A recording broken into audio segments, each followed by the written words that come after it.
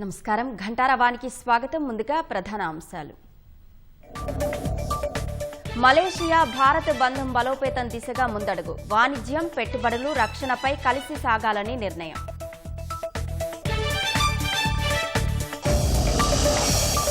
ఉగ్రవాదంపై ద్వంద్వ ప్రమాణాలకు తావులేదన్న మోదీ. ఎట్టి పరిస్థితుల్లో రాజీ పడేది లేదని ఉద్ఘాటన.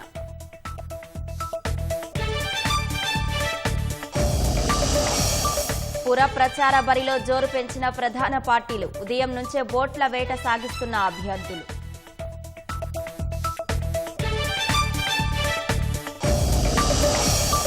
రాజస్థాన్లోని కోటాలో భవనం కుప్పకూలి 2 మృతి. శిథిలాల కింద చిక్కుకున్న వారిని వెలికి తీసేందుకు సహాయక చర్యలు.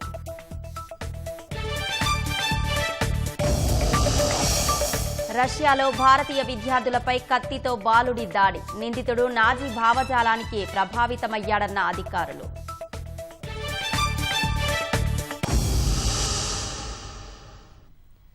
భారత్, మలేషియా పలు అంశాల్లో కలిసి సాగాలని నిర్ణయించారు. ఈ మేరకు ప్రధాని నరేంద్ర మోదీ మలేషియా పర్యటనలో ఆ దేశ ప్రధాని అన్వర్ ఇబ్రహీంతో ప్రధానమంత్రి నరేంద్ర మోదీ విస్తృత చర్చలు జరిపారు. పెర్దానాపుత్ర భవనంలో 2 దేశాలకు చెందిన ఉన్నత స్థాయి ప్రతినిధులతో కలిసి మోదీ, అన్వర్ సమావేశమయ్యారు. రక్షణ, భద్రతా సంబంధాల బలోపేతం, ఆర్థిక, ఆవిష్కరణల రంగాల్లో భాగస్వామ్యాన్ని మరింత పెంపొందించడమే లక్ష్యంగా భేటీలో చర్చలు జరిగాయి. సెమీ కండక్టర్, అనేక కీలక రంగాల్లో సహకార మార్పిడి గురించి అభిప్రాయాలు పంచుకున్నారు. భారత్, మలేషియాలు ప్రత్యేక సంబంధాన్ని పంచుకుంటున్నాయని, విభిన్న రంగాల్లో తమ సంబంధాలను విస్తరించడానికి 2 దేశాలు కట్టుబడి ఉన్నాయని సమావేశం అనంతరం మోదీ అన్నారు. ఉగ్రవాదంపై తమ వైఖరి చాలా స్పష్టంగా ఉందని, ద్వంద్వ ప్రమాణాలు లేవు, రాజీ లేదని స్పష్టం చేశారు.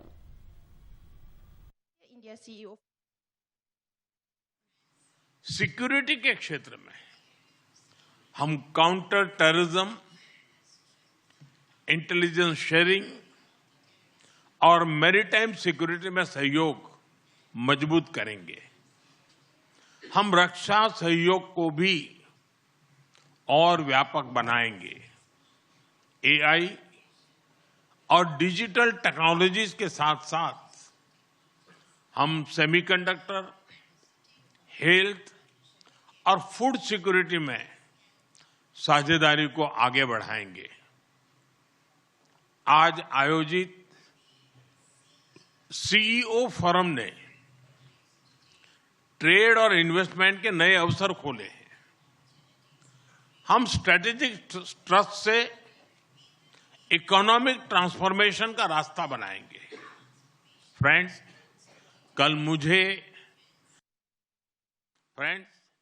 आज हमने क्षेत्रीय और वैश्विक मुद्दों पर भी सार्थक चर्चा की. वैश्विक अस्थिरता के इस माहौल में भारत और मलेशिया की बढ़ती मित्रता दोनों देशों के लिए अत्यंत महत्वपूर्ण है. हमारा साझा मत है कि आज के चैलेंजेस का समाधान करने के लिए ग्लोबल इंस्टीट्यूशंस का रिफॉर्म बहुत जरूरी है. हम शांति के सभी प्रयासों का समर्थन करते रहेंगे और आतंकवाद पर हमारा संदेश स्पष्ट है. No double standards, no compromise. Excellency, Bharat Malaysia संबंधों के प्रति आपकी प्रतिबद्धता का हम सराहना करते हैं. आइए हम साथ मिलकर प्रॉस्परस मलेशिया का आपका सपना और विकसित भारत के हमारे संकल्प को साकार करें. एक बार फिर आपकी मित्रता, आपके गर्मजोशी भरे स्वागत और आतिथ्य के लिए बहुत बहुत धन्यवाद. हम आपको भारत में स्वागत करने के लिए उत्सुक है. बहुत बहुत धन्यवाद. जुम्पा लागी. రష్యాలోని బాష్కోర్తోస్తాన్ రిపబ్లిక్లో భారతీయ వైద్య విద్యార్థులపై కత్తితో దాడి చేసిన నిందితుని 15 ఏళ్ల బాలుడిగా గుర్తించారు. బాలుడు నాజీ భావజాలానికి తీవ్రంగా ప్రభావితమైనట్లు రష్యా అధికారులు తెలిపారు. దాడి సమయంలో అతడు హోలోకాస్ట్కు సంబంధించిన నాజీ నినాదాలను చేశాడని వివరించారు. నిందితుడు హింసాత్మక నాజీ సంస్థ అయిన నేషనల్ సోషలిజం స్పారోస్ క్రూకు చెందినవాడని రష్యన్ మీడియా తెలిపింది. ఈ సంస్థను 2021లో రష్యా సుప్రీంకోర్టు ఉగ్రవాద సంస్థగా ప్రకటించింది. అనేక మంది జర్నలిస్టులు, ప్రముఖులపై ఈ సంస్థ దాడులు చేయించింది. భారతీయ విద్యార్థులపై దాడి తర్వాత నిందితుడు అక్కడి గోడపై బాధితుల రక్తంతో నాజీ గుర్తైన స్వస్తిక్ను తెలుస్తోంది. అటు గాయపడిన విద్యార్థుల్లో ఒకరి పరిస్థితి విషమంగా ఉందని, మరో ముగ్గురి పరిస్థితి నిలకడగా ఉందని రష్యా అధికారులు తెలిపారు. తనను తాను గాయపరుచుకున్న బాలుని కూడా స్థానిక పిల్లల ఆసుపత్రిలో చేర్చి చికిత్స అందిస్తున్నారు.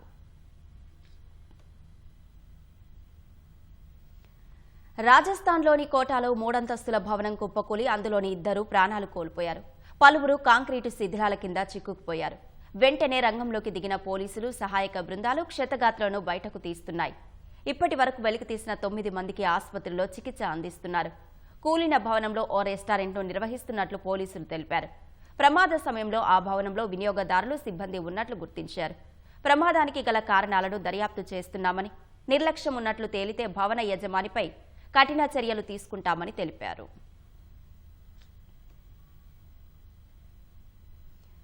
ముఖ్యమంత్రి రేవంత్ రెడ్డి ఇవాళ భూపాలపల్లికి విచ్చేస్తున్నారు. మున్సిపల్ ఎన్నికల ప్రచార సభలో పాల్గొంటారు. భూపాలపల్లి నియోజకవర్గ పరిధిలో పలు అభివృద్ధి పనులకు శ్రీకారం చుట్టనున్నారు. సీఎం రాకకు పోలీసులు పటిష్ట బందోబస్తు ఏర్పాటు చేశారు. రాష్ట్రంలో మున్సిపల్ ఎన్నికల ప్రచారం హోరెత్తుతోంది. కాంగ్రెస్ అభ్యర్థుల విజయాన్ని కాంక్షిస్తూ ముఖ్యమంత్రి జిల్లాల్లో సుడిగాలి పర్యటనలు చేస్తున్నారు. ఇందులో భాగంగా ఇవాళ సాయంత్రం సీఎం భూపాలపల్లి ప్రచార సభలో పాల్గొంటారు. మధ్యాహ్నం 2 గంటలకు రేగొండ మండలం కొడవటంచ గ్రామం చేరుకుని లక్ష్మీ నరసింహస్వామి ఆలయాన్ని సందర్శించి విశ్రాంతి గృహాన్ని 12.5 కోట్ల రూపాయలతో చేపడుతున్న ఆలయ పునర్నిర్మాణ పనులను సీఎం ప్రారంభిస్తారు. అనంతరం చెల్పూర్లో ప్రజాపాలన ప్రగతిబాట సభలో సీఎం పాల్గొంటారు.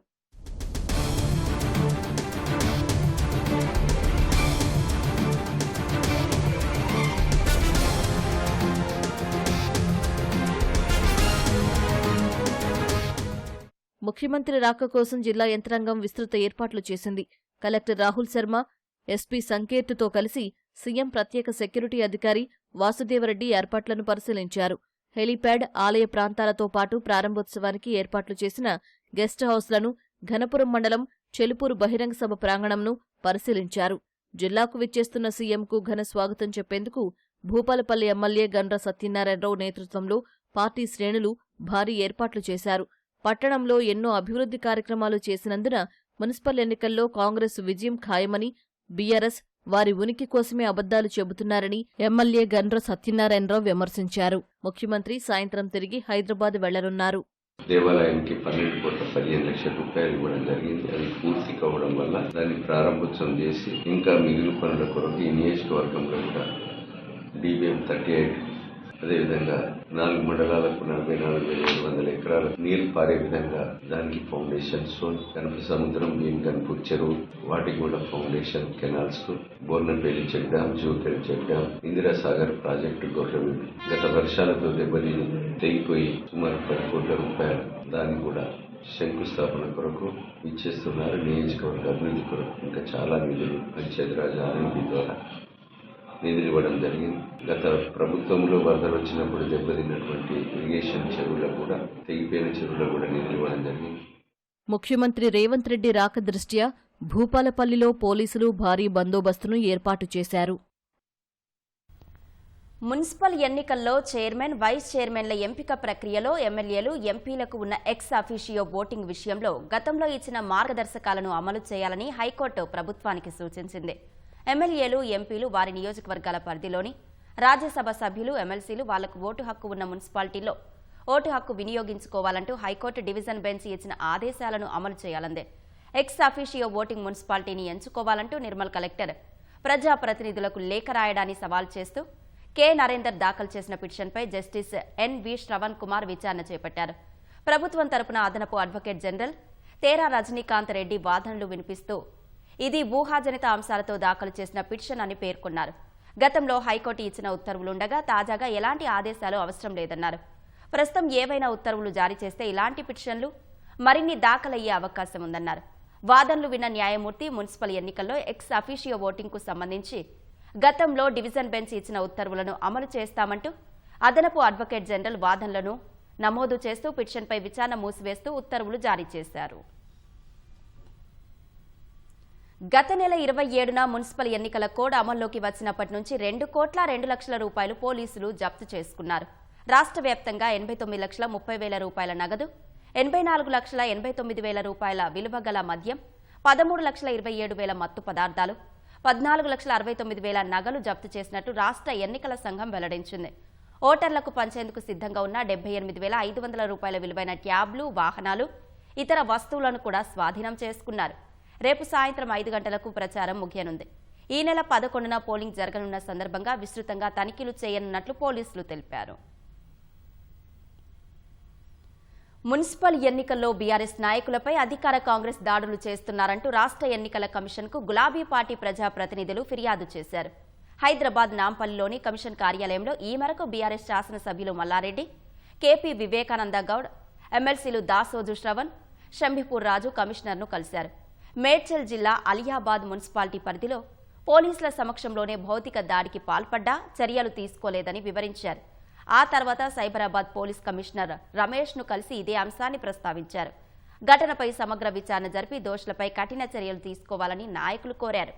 పురపోరులో ప్రతిపక్ష నాయకులను భయభ్రాంతులకు గురిచేసేలా అధికార పక్షం వ్యవహరిస్తోందని బీఆర్ఎస్ నాయకులు ఆరోపించారు.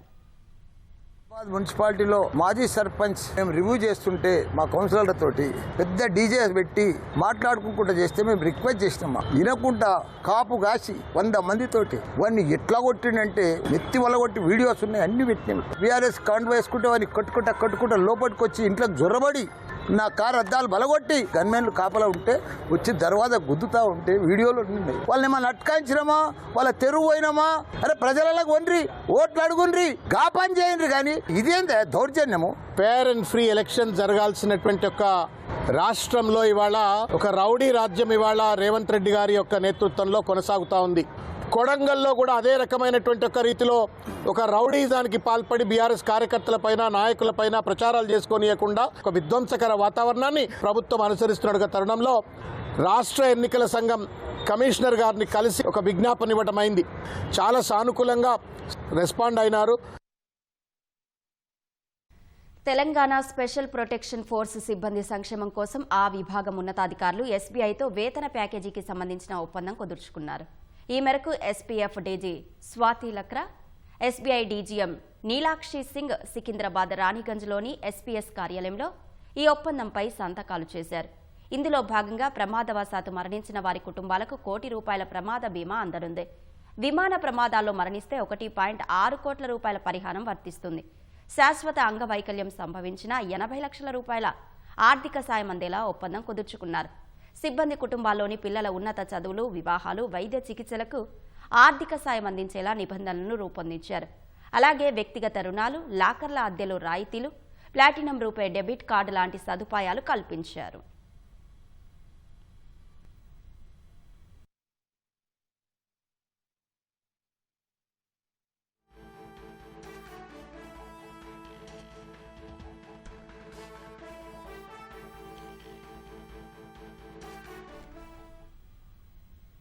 ఫోరెన్సిక్ సైన్స్ ల్యాబ్లో అగ్ని ప్రమాదంపై పోలీసుల దర్యాప్తు కొనసాగుతుంది. ఇందుకు సంబంధించి తాజా సమాచారం మా ప్రతినిధి రమేష్ ప్రత్యక్ష ప్రసారం ద్వారా అందిస్తారు. ఎఫ్ఎస్ఎల్ లో కార్యాలయంలో జరిగిన అగ్ని ప్రమాదం పైన కూడా పోలీసుల దర్యాప్తు అయితే కొనసాగుతుంది. ఎక్కడైతే మొదటి అంతస్తులో మొదటిసారిగా ఇక్కడ అగ్ని ప్రమాదం సంభవించిందని చెప్పి కూడా సమాచారం వచ్చిన వెంటనే ఇటు అగ్నిమాపక సిబ్బంది అయితే ఇక్కడికి వచ్చి మంటలు దాదాపు మధ్యాహ్నం 1:30 గంటల ప్రాంతానికి వరకు కూడా మంటలు అయితే పూర్తిగా అదుపు చేశారని చెప్పి కూడా నిన్న ఎఫ్ఎస్ఎల్ డైరెక్టర్ ఒక ప్రకటన ద్వారా కూడా వెల్లడించడం జరిగింది. దీంట్లో కొన్ని ఎందుకంటే గతంలో కేసులకు సంబంధించిన కానీ ఆధారాలు ఫోరెన్సిక్ సంబంధించి కానీ తర్వాత డిఎన్ఏకి సంబంధించి కానీ తో పాటు ఫోన్కి సంబంధించిన కూడా ఆ డేటా మొత్తం కూడా ఇందులో ఉంటుంది కాబట్టి వాటికి సంబంధించి దాంట్లో కొంతవరకు మిస్ అయిందని చెప్పి కూడా కొంతవరకు ఆరోపణలు వచ్చినప్పటికీ వాటికి సంబంధించి అసలు ఏం మిస్ అయింది ఏంటిది అనేది కూడా పోలీసుల దర్యాప్తు కొనసాగుతుంది. అలాగే ప్రమాదం పైన కూడా ఇప్పటికే ఇటు 5DG కూడా ఘటస్థలాన్ని చేరుకొని అక్కడ ఎక్కడైతే ప్రాథమికంగా దర్యాప్తుకు సంబంధించి కూడా మొదటిసారిగా ఎక్కడైతే ప్రమాదం జరిగిందో ఆ ప్రమాదం ఘటన స్థలానికి చేరుకొని చూడడం జరిగింది. దాంట్లో షాక్ సర్క్యూట్ కారణంగానే ఈ ప్రమాదం సంభవించిందని చెప్పి కూడా ఇటు అగ్నిమాపక సిబ్బంది అయితే నిన్న 5DG అయితే మాట్లాడడం జరిగింది. కానీ ఈ ఘటనకు సంబంధించి అయితే ఇంకా ఒక పక్క పోలీసుల కేసు దర్యాప్తు కొనసాగుతుంది. దాంట్లో సంబంధించి కూడా అంటే దీనిలో ఫోరెన్సిక్స్ ల్యాబ్కు సంబంధించి ఎలాంటి గదిలో ఈ ప్రమాదం జరిగింది, తర్వాత అది ప్రమాద శాతం జరిగిందా లేదా ఏదైనా కుట్ర వల్ల జరిగిందన్న కోణంలో కూడా పోలీసులు దర్యాప్తుకు సంబంధించి కూడా కొనసాగే అవకాశం కనపడుతుంది. ఇప్పటికే ఈ పైన కూడా పోలీసులు పూర్తి స్థాయిలో సీసీ ఫుటేజీలు కానీ తర్వాత ఎక్కడైతే ఆ ప్రమాదం జరిగిందో ఆ ప్రాంతాన్ని కూడా పూర్తి స్థాయిలో పరిశీలించి అక్కడ ఆ సమయంలో ఏం జరిగిందని కూడా ఇంకా ప్రాథమికంగా దర్యాప్తు అయితే కొనసాగుతున్నారు. నిన్న FSL అధికారులు ఇచ్చిన ఫిర్యాదు మేరకు అయితే నాంపల్లి పోలీస్ స్టేషన్లో కేసు నమోదు చేసి అధికారులు అయితే దర్యాప్తు చేయడం జరిగింది. ఎక్కడైతే ప్రమాదం జరిగిందో అక్కడ కంప్యూటర్లు తర్వాత హార్డ్ డిస్కులతో పాటు ల్యాప్టాప్లు పెన్ డ్రైవ్లకు సంబంధించి కూడా కొంతవరకు దగ్ధమైనట్లయితే తెలుస్తుంది. కానీ FSL అధికారులు డైరెక్టర్ కూడా నిన్న ప్రకటన విడుదల చేసినప్పుడు కూడా ఆ ప్రకటనలో కొంతవరకు స్వల్పంగా అక్కడున్న వస్తువులు అయితే నష్టం వాటిల్లిందని చెప్పి కూడా ఆమె ప్రకటించడం జరిగింది. మరి కాసేపట్లో FSL డైరెక్టర్ కూడా నేరుగా ఎక్కడైతే అగ్ని ప్రమాదం జరిగిన కార్యాలయాన్ని కానీ తర్వాత ఆమెను సందర్శించి తర్వాత దాంట్లో ఏం జరిగిందనే దాని మీద కూడా ఆ పూర్తి స్థాయిలో వివరాలు తెలుసుకునేందుకు కూడా ఇక్కడికి వచ్చే అవకాశం మరి కాసేపట్లో ఇక్కడికి వచ్చే అవకాశం ఉంది. అనంతరం కూడా మీడియా సమావేశం ఏర్పాటు చేసి దానికి సంబంధించి కూడా వివరాలు వెల్లడించే అవుతుంది. ఒక పక్క దీంట్లో వివిధ కేసులకు సంబంధించి కూడా ఆధారాలు కానీ తర్వాత వాటిలో సేకరించిన వివిధ కేసులకు సంబంధించి కూడా డేటా కూడా ఇందులో భద్రపరుస్తారు కాబట్టి అలాంటి కార్యాలయంలో అగ్ని ప్రమాదం జరగడంతో కూడా పలు అనుమానాలు కూడా వ్యక్తం అవుతున్నప్పటికీ వాటిలో ఇప్పటికే అంటే వివిధ రాజకీయ పార్టీలకు సంబంధించిన వాళ్ళు కూడా ఆరోపణలు చేయడం తర్వాత వాటికి సంబంధించి కూడా పూర్తి స్థాయిలో డేటాకు సంబంధించి అయితే ఇంకా అంటే ఏమి అక్కడ మిస్ అయినాయి తర్వాత ఎలాంటి డేటా మిస్ అయినాయి ఏ కేసులకు సంబంధించి మిస్ అయిన దాని కూడా ఒక స్పష్టత ఇంకా రావాల్సిందని చెప్పి కూడా అధికారులు అయితే ప్రస్తుతం అయితే చెప్తున్నారు. కాబట్టి వాటిలో దర్యాప్తు తర్వాత ఆ కేసులకు సంబంధించి ఏది అంటే దాంట్లో దగ్ధమైన వాటి ఆధారాలు ఏమేమి ఉన్నాయి తర్వాత వాటికి సంబంధించి కూడా పూర్తిగా తెలియాల్సిందని చెప్పి కూడా అధికారులు అయితే ఒక ప్రకటన ద్వారా వెల్లడించడం జరిగింది. మరి కాసేపట్లో FSL డైరెక్టర్ శిఖా గోయల్ ఇక్కడికి వచ్చి ఇక్కడ పరిశీలించి తర్వాత ఈ ప్రమాదం ఎలా జరిగింది అనేది కూడా ఇక్కడ సిబ్బందిని అడిగి తర్వాత అధికారులను అడిగి పూర్తి స్థాయిలో వివరాలు అయితే తెలుసుకునే అవకాశం ఉంది. దీనికి సంబంధించి ఇంకా కొంతవరకు అపోహలు ఉన్నప్పటికీ వాటి అపోహలకు సంబంధించి కూడా దర్యాప్తు కొనసాగుతుంది. కాబట్టి ఎవరు కూడా అపోహలు సృష్టించవద్దు. కేవలం ఇక్కడికి సంబంధించి అయితే దర్యాప్తు కొనసాగుతుంది. దాంట్లో ఒక గదిలో అయితే అగ్ని ప్రమాదం జరిగిందనేది వాస్తవం. తర్వాత దాంట్లో కొంతవరకు కొన్ని హార్డ్ డిస్కులు కానీ తర్వాత కొంతవరకు ధ్వంసమైనాయని చెప్పి కూడా ఒక ప్రాథమికంగా అయితే గుర్తించాం. కానీ మిగతా వాటిలో అంటే ఏ కేసుకు సంబంధించి ఆధారాలు దాంట్లో దగ్ధమయ్యాయి తర్వాత వాటి వివరాలు ఎలా ఉన్నాయనేది కూడా ఇంకా తెలియాల్సింది. కాబట్టి కొంతవరకు సమన్వయం పాటించాలని చెప్పి కూడా ఇటు డైరెక్టర్ శిఖా గోయల్ కూడా నిన్న ఒక ప్రకటన ద్వారా అయితే విడుదల చేయడం జరిగింది. కాబట్టి ఈ కేసుకు సంబంధించి కూడా ఒక పక్క పోలీసులు దర్యాప్తు కొనసాగుతుంది. మరొక పక్క ఇటు ఫైర్ అధికారులు కూడా ఈ ప్రమాదం గల కారణం ఏదై ఉండొచ్చు అని చెప్పి కూడా దర్యాప్తు అయితే చేస్తున్న పరిస్థితి అయితే ఉంది. Vote studio. ధన్యవాదాలు రమేష్. దేశ భద్రతా వ్యవహారంలో సహజ న్యాయ సూత్రాలకు మినహాయింపు ఉంటుందని హైకోర్టు పేర్కొంది. ఎలాంటి నోటీసులు ఇవ్వకుండా పాస్పోర్ట్ కార్యాలయం తన క్లయింట్ పాస్పోర్ట్ను 2019లో రద్దు చేసిందని న్యాయవాది అక్రమ్ అలీ మహమ్మద్ హైకోర్టులో పిటిషన్ దాఖలు చేశారు. పిటిషనర్కు దేశ భద్రత వ్యతిరేక కార్యకలాపాలు ఉన్నట్లు రాష్ట్ర ఇంటెలిజెన్స్ విభాగం నుంచి రహస్య లేఖ అందిందని పాస్పోర్ట్ కార్యాలయం తరపు న్యాయవాది పేర్కొన్నారు. అదేవిధంగా పిటిషనర్కు ISI కార్యకర్తలతో సంబంధం ఉందని గతంలో ఇతని వద్ద పిస్తోలు పొటాషియం క్లోరైడ్ దొరికాయని హోంశాఖ తరపు న్యాయవాది మహేష్ రాజే కోర్టుకు తెలిపారు. ఇరుపక్షాల వాదనలు విన్న న్యాయమూర్తి ప్రభుత్వ నిబంధనల ప్రకారమే పాస్పోర్ట్ రెన్యువల్ జరుగుతుందన్నారు. పిటిషనర్ కార్యకలాపాలు దేశ భద్రత సమగ్రతకు సంబంధించిన అంశాలపై ప్రభావం ఉంటుందన్న వాదనల నేపథ్యంలో పిటిషనర్ అభ్యర్థనను అనుమతించలేమన్నారు. ప్రజా ప్రయోజనాలు జాతీయ భద్రత వంటి వాటితో ముడిపడిన అంశాలు సహజ న్యాయ సూత్రాలు వర్తించవంటూ న్యాయమూర్తి పిటిషన్ను కొట్టివేశారు. రోడ్డు ప్రమాదంలో విషాదం అలుముకున్న కుటుంబాలకు ఆర్టీసీ అండగా నిలిచింది. విధి వధించి అకాల మృత్యు వెంటాడిన 2 డ్రైవర్ల కుటుంబాలకు ఆర్థిక సాయం అందించి భరోసా కల్పించింది. కుషాయిగూడ ఉప్పల్ డిపోకు చెందిన drivers Venkatesh, DR Goud road ప్రమాదంలో మృతి చెందారు. ఇంటి పెద్ద దిక్కు మృతి చెందడంతో బాధిత డ్రైవర్ల కుటుంబంలో విషాద ఛాయలు అలుముకోవడంతో ఆ రెండు కుటుంబాలకు ఒక్కొక్కరికి కోటి విలువైన చెక్కులను యూనియన్ బ్యాంక్ ఆఫ్ ఇండియా ప్రతినిధితో కలిసి ఆర్టీసీ ఎండీ నాగిరెడ్డి బస్ భవన్లో అందజేశారు. ఈ ఆపద సమయంలో UBI super salary saving account బాధిత కుటుంబాలకు ఎంత ఆసరాగా నిలిచిందని నాగిరెడ్డి అన్నారు. ఆర్థిక ప్రయోజనంతో కూడిన సూపర్ శాలరీ సేవింగ్ అకౌంట్ కలిగి ఉండడంతో ఉచిత ప్రమాద బీమా పథకం వర్తించిందని చెప్పారు. సంస్థలోని ఉద్యోగులందరూ వారు నివసిస్తున్న ప్రాంతాల్లోని యూబీఐ బ్రాంచీల్లో సంస్థ సూచించిన ఖాతా తెరిచి రూపే కార్డులను తీసుకున్నట్లు పేర్కొన్నారు. సంగారెడ్డి జిల్లా పోచారం ఓఆర్ఆర్పై నుంచి కారు కింద పడి 2 మృతి చెందారు. 3 తీవ్రంగా గాయపడగా మరొకరి పరిస్థితి విషమంగా ఉంది. రంగారెడ్డి జిల్లా బోరంపేటకు చెందిన హరిప్రసాద్ భార్య మౌనిక, కుమారుడు అగస్త్య సుశ్రుత, అమృత, స్నేహితుడు నవీన్లతో కలిసి జూ పార్కుకు వెళ్లి తిరిగి వెళ్తుండగా ప్రమాదం జరిగింది. మౌనిక, నవీన్ అక్కడికక్కడే మృతి చెందగా హరిప్రసాద్, హర్ష, సుశ్రుత, అమృతకు తీవ్ర గాయాలయ్యాయి. వీరిని పటాన్చెరులోని ఓ ప్రైవేటు హాస్పిటల్కు తరలించి చికిత్స అందిస్తున్నారు. సుశ్రుత పరిస్థితి విషమంగా ఉన్నట్లు వైద్యులు తెలిపారు. ఈ ఘటనపై పటాన్చెరు పోలీసులు కేసు నమోదు చేసి దర్యాప్తు చేస్తున్నారు. మహారాష్ట్ర గడ్చిరోల్లో ఈ నెల 6న జరిగిన ఎదురు కాల్పుల్లో కామారెడ్డి జిల్లా ఇస్రోజీవాడికి చెందిన చందర్ అలియాస్ ప్రభాకర్ ప్రాణాలు కోల్పోయారు. 3 దశాబ్దాల క్రితం నక్సలైట్ ఉద్యమంలో చేరి అనతి కాలంలోనే కీలక బాధ్యతలు చేపట్టారు. జిల్లా కమిటీ సభ్యుడి హోదాలో కొంతకాలం పనిచేసి కార్యదర్శిగా ఎదిగాడు. అతనితో పాటు కుటుంబం మొత్తం పోరాటానికే పరిమితమైంది. గతంలో నిజామాబాద్ జిల్లా జక్రాన్పల్లి మండలం పట్కల్లో జరిగిన ఎన్కౌంటర్లో ఆయన తప్పించుకున్నారు. నాటి నుంచి అజ్ఞాతంలోకి వెళ్లిపోయారు. తాజాగా గడ్చిరోలి ఎన్కౌంటర్లో మృతి చెందారు. సమ్మక్క సారలమ్మ జాతరలో భక్తులు సమర్పించిన కానుకల హుండీల లెక్కింపు ప్రక్రియ 3వ రోజు కొనసాగింది.